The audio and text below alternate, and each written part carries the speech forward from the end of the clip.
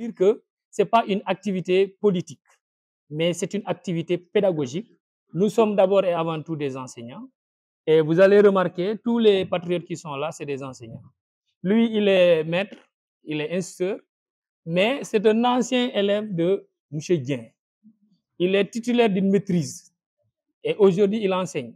Donc, il était fier, c'est pourquoi il a manifesté l'intérêt d'être là. Lui, c'est Gora Diop, il est de Keur Mbir Ndaw. C'est un professeur d'arabe, mais spécialisé en mathématiques arabes. Donc, pour vous dire que la densité est là, la connaissance est là. Il y a un grand oustaz de l'autre côté qui a déjà animé une conférence avec vous, M. Cheikh Thioune. Il est oustaz, il n'est pas maître d'arabe. Il ne faut pas dire qu'enseignant est de Toubab. C'est un oustaz très moderne, très dense. Il aurait dû faire ça en arabe. Là, il allait vous impressionner. Il est très fort. Donc, pour vous dire que l'action que nous menons, c'est dans le cadre de la réussite. C'est dans le cadre du changement de ce pays-là. Nous avons comme principale mission changer la situation de ce pays. Alors, ce n'est pas une première. Nous avons eu à organiser des vacances patriotiques. Je crois que c'était en 2021. Malheureusement, on voyait rarement les élèves. Mais on l'avait organisé là-bas à l'école primaire. On recevait quelques élèves de 3e, quelques élèves de 4e et des élèves de CM2. Donc, vous dire combien de fois nous sommes fiers de ce parti et nous comptons vraiment sur vous parce que l'avenir de ce pays-là, c'est cette jeunesse-là qui est devant moi. Vous êtes les cadres de demain. Ne vous sous-estimez pas. Hein? Diomaye qui est là président, il était élève comme vous. Il était dans le public comme vous. Donc, dites-vous que vous êtes les hommes, les femmes qui vont relever le défi de ce pays-là d'ici quelques dizaines d'années. Ça ne va pas durer parce qu'on sait que vous allez exceller, vous allez avancer correctement, vous allez porter l'avenir de ce pays-là et on compte sur vous, on compte également sur une bonne collaboration avec M. Dien qui va vous délivrer tout à l'heure un ensemble de savoirs en matière de pédagogie en philosophie. Donc vraiment, merci beaucoup. Pourquoi s'intéresser à la philosophie? D'où vient la philosophie? À partir de quel moment on commence à philosopher? Quelle est la frontière entre le domaine de la philosophie et ce qui n'est pas du domaine de la philosophie? Y a-t-il une philosophie en Afrique? Ou la philosophie est-elle exclusivement occidentale? Autant de questions qui se posent. C'est donc le principe de justification qui justifie également le premier domaine, donc l'introduction générale à la philosophie. Mais aussi, je vous avais dit que l'homme est un animal politique, culturel, libre, social, mais aussi c'est un animal qui peut contempler le beau. Oui, nous tous, si nous regardons les uns des autres, la manière dont nous sommes habillés en dit long sur notre besoin de refléter le beau esthétique. Donc nous sommes coiffés. On ne s'habille pas n'importe quoi. On ne se coiffe pas n'importe comment. L'animal n'a pas ce besoin-là. Ne serait-ce que pour cela, l'esthétique, la réflexion sur le beau devient également importante. On dirait que l'homme est un animal esthétique. Mais aussi, l'homme est un être qui a besoin de comprendre son environnement, de comprendre les lois qui sous-tendent son environnement, d'où donc l'activité scientifique. En ce sens, la philosophie ne peut pas également ne pas réfléchir sur la science. On parle de l'épistémologie. Alors, à quoi bon philosopher? Autrement dit, est-ce que la philosophie est importante? À quoi elle sert? D'où vient la philosophie? Je commencerai par une anecdote. L'anecdote, c'est quoi? C'est qu'un jeune professeur de philosophie qui s'appelle Jules Lachelier, il vient fraîchement de sortir de l'école normale supérieure. C'est là où nous sommes formés. Nous tous, avec mes collègues autres. Il est affecté comme professeur de philosophie au lycée de Toulouse, en France. Quand il est venu, ses élèves étaient tellement envie de voir le prof, parce qu'ils avaient tellement entendu des préjugés. Les philosophes sont des fous, les philosophes sont des athées. Non, les philosophes ont une manière de marcher, ils marchent avec art, c'est donc autant de préjugés. Ces élèves l'attendaient avec impatience. Alors, quand il est venu, vous voyez une centaine de un des élèves a levé la main. Dès l'instant qu'il entre dans la salle, Le temps de s'installer, monsieur, qu'est-ce que la philosophie? Et je lui ai dit, ah oui, mais je ne sais pas, je ne sais même pas. Ah, encore un scandale. Voilà la folie dont on parlait de. Il est censé nous apprendre ce qu'est la philosophie. Il vient au premier cours et il nous dit, je ne sais pas ce que c'est que la philosophie. Vaut mieux alors, mais dans ce cas, abdiquer, rentrer chez nous. Celui qui doit nous enseigner la philosophie, il ne sait pas ce qu'il doit nous enseigner. À quoi bon rester devant lui? Mais son je ne sais pas cache ce qu'on appelle une docte ignorance. Une docte ignorance. Une ignorance feinte. En vérité, ce n'est pas parce qu'il ne savait pas, mais c'est parce que la réalité à laquelle il avait affaire est tellement complexe au point qu'il était impossible de lui donner une définition simple. Ceci permettait de comprendre la complexité de la chose philosophique. Dans la réponse de Jules Lachille, il faut comprendre que la philosophie n'admet pas une seule définition, mais elle admet au contraire, ou bien elle admet en revanche, excusez-moi, différentes définitions. Au cours de l'histoire des idées, différents penseurs lui ont donné différentes définitions. Et aucune de ces définitions n'est la seule définition valable. Mais chacune de ces définitions participe de la philosophie. Et quelles sont les différentes définitions qu'on lui donne? Sans prétendre épuiser toutes les définitions, je vais tout simplement en choisir 3 dans l'histoire des idées. C'est quand Pythagore est revenu d'Égypte que ses concitoyens le regardaient avec une pointe d'admiration. Vous savez, les penseurs grecs à l'époque séjournaient en Égypte. L'Égypte était pour le monde grec ce que la Sorbonne, ce que Yale ou bien ce que Juan sont des foyers intellectuels intenses aujourd'hui sont pour le monde aujourd'hui. Si l'un d'entre vous quitte son auto natal pour partir à la Sorbonne, il revient avec un doctorat en relations internationales, un doctorat en économie, un doctorat en mathématiques. On considère qu'il fait partie quand même de la crème intellectuelle mondiale. Il en est exactement ainsi. Pythagore est parti, les Pythagore, les Thalès, Démocrite, tous ils sont partis en Égypte. Quand Pythagore est revenu d'Égypte, ses concitoyens le regardaient avec une pointe d'admiration. Il avait dit, mais finalement, monsieur Pythagore, vous savez tout, hein?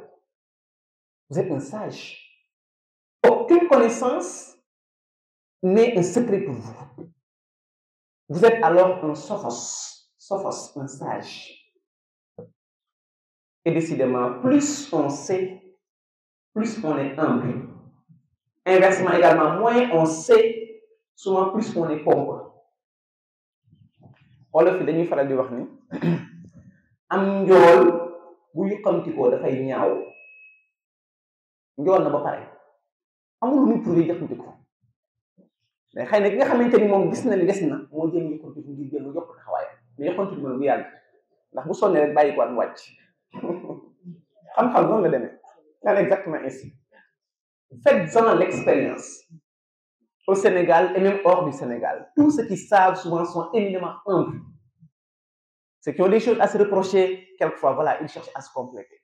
Mais cela ne les complétera jamais de la vie. Alors, que disait Pythagore? Il disait, non, je ne suis pas un sophos.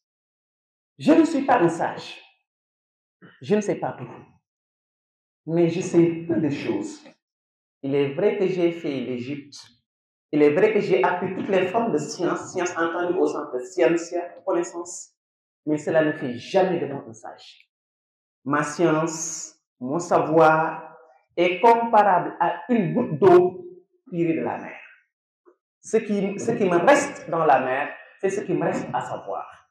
Autrement dit donc, je ne saurai jamais tout. Ma science, elle est minime. Voilà là d'où vient le nom philosophos, qui a donné philosophie. Je suis amoureux de la sagesse. Et puisque j'aime la sagesse, je tends toujours, continuellement, vers l'objet de mon amour, vers la sagesse. Je suis à la recherche perpétuelle de la connaissance. Et je sais que pour ce laps de temps qui me sépare de la naissance au tombeau, je ne parviendrai jamais à tout savoir. Mais j'aurai encore toujours des buts de savoir. Donc, je suis un chercheur éternel. En disant, je suis amoureux de la sagesse, l'amour de la sagesse. On croit avoir résolu le problème, mais on se rend compte que le mot sagesse même encore pose problème. Parce que le mot sagesse peut avoir plusieurs sens. On dira que le mot sagesse est polysémique, ou bien le mot sagesse est ambigu. On peut comprendre plusieurs choses. Quand je dis, oui, mon élève est sage, qu'est-ce que je veux dire par là? Il est poli, il est discipliné, il est correct, il est respectueux, et par conséquent respectable également. Parce que quand on respecte les autres également, on inspire du respect. Bien entendu. Mais quand je dis Pythagore est sage, je n'ai pas dit qu'avec Pythagore. Quand je dis Cheikh Anta Diop est sage, Albert Einstein est sage, je n'ai pas dit qu'avec eux. Mais en parlant de leur sagesse, je vais vous montrer l'immensité de leur savoir. Donc la sagesse peut renvoyer à une connaissance totalitaire. Elle peut renvoyer également à une manière d'être, à une manière de se comporter.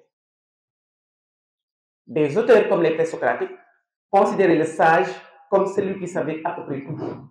Pour eux, le philosophe, le sage, c'est celui qui a l'ensemble des connaissances de son époque. C'est pourquoi ils faisaient des recherches pratiquement dans tous les domaines.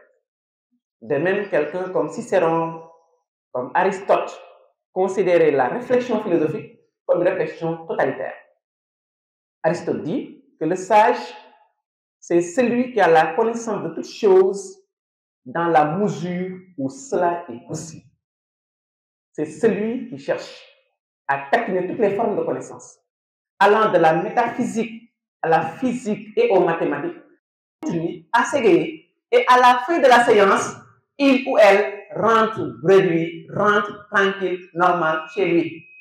Est-ce qu'on ne l'a pas soigné? Alors avec l'art, on parle également d'une fonction thérapeutique de l'art, et tant d'autres. En fait, quand vous aurez un sujet qui vous parle par exemple des fonctions de l'art, l'art a-t-il uniquement pour fonction le beau?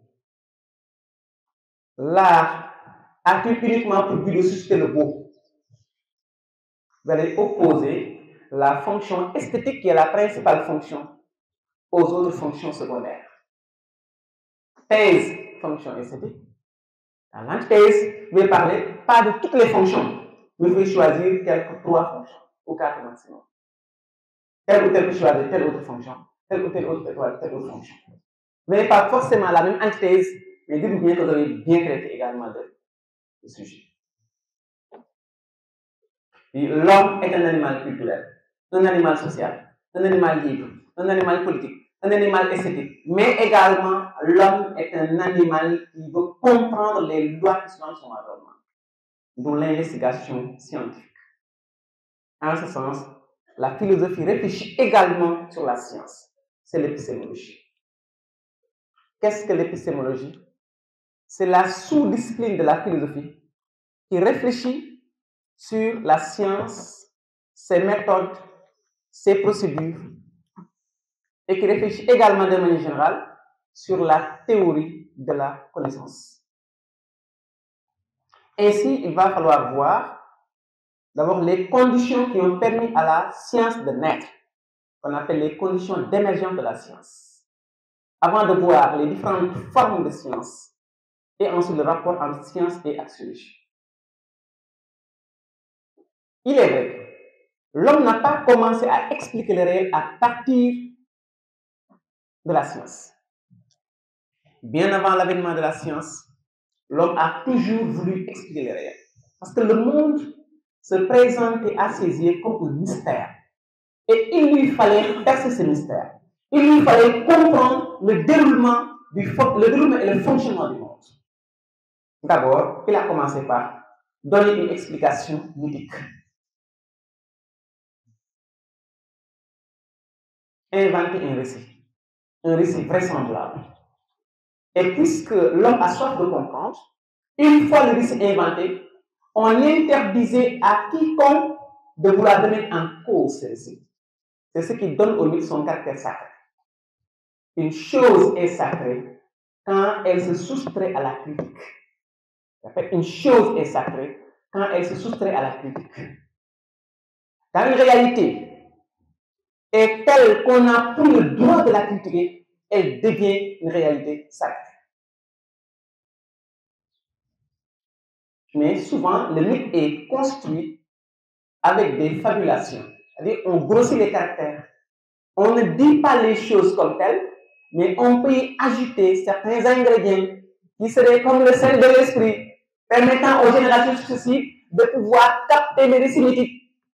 Et c'est leur explication du monde, mais également et transmettre fidèlement cela aux générations futures, qui sera également leur explication du monde. On appelle le mythe. Plus tard, on a également essayé d'expliquer à travers la science, donc du moins la religion, excusez-moi. Et il y a des cohabitations entre l'explication mythique et l'explication religieuse.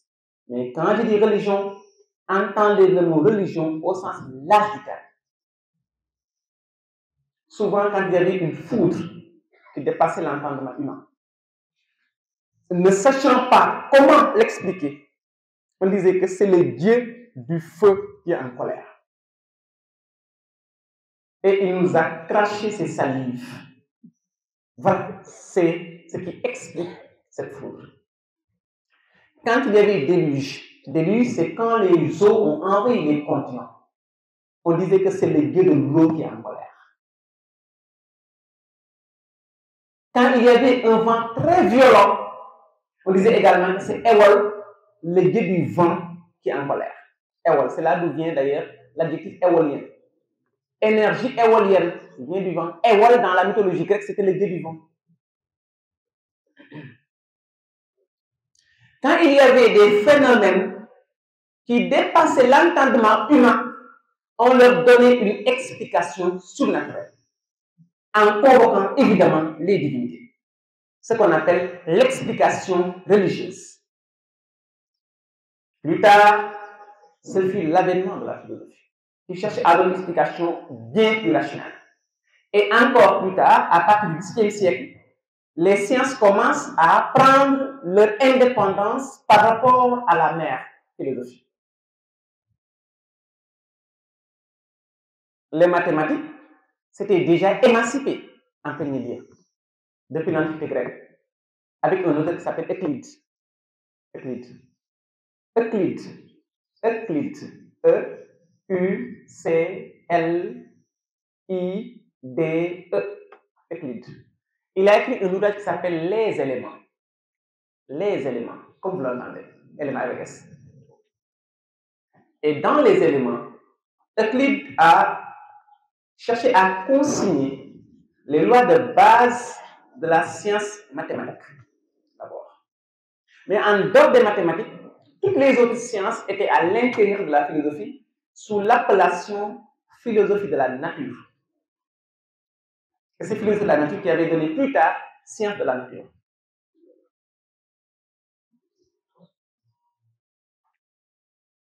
À partir du XVIIe siècle, 16e, 17e, 16e, il y a eu maintenant une émancipation progressive des autres sciences.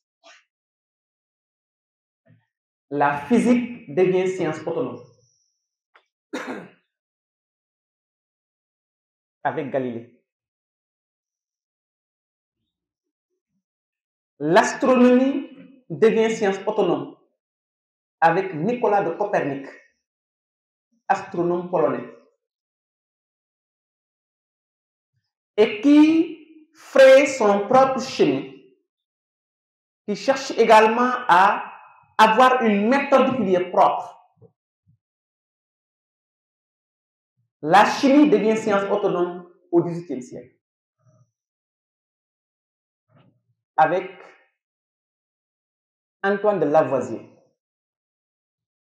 C'est Lavoisier qui, à force d'observer la nature, se dit, mais finalement, rien ne se crée, rien ne se perd, tout se transforme. Et justement, puisque tout se transforme, il faut comprendre la loi qui sous-tend cette transformation. Et comprendre cette loi revient à fonder la science de la chimie. Au XIXe siècle, la biologie devient science autonome avec Claude Bernard, notamment dans son ouvrage intitulé Introduction à l'étude de la médecine expérimentale au XIXe siècle, avec Claude Bernard. Claude Bernard a mis sur pied la méthode expérimentale. Au XXe siècle, les sciences humaines et sociales commencent maintenant à prendre de l'indépendance vis-à-vis de la biologie. Il s'agit entre autres de la science politique, de la psychologie, de la sociologie, de l'anthropologie, de la science ou des sciences de l'éducation, etc., etc., etc.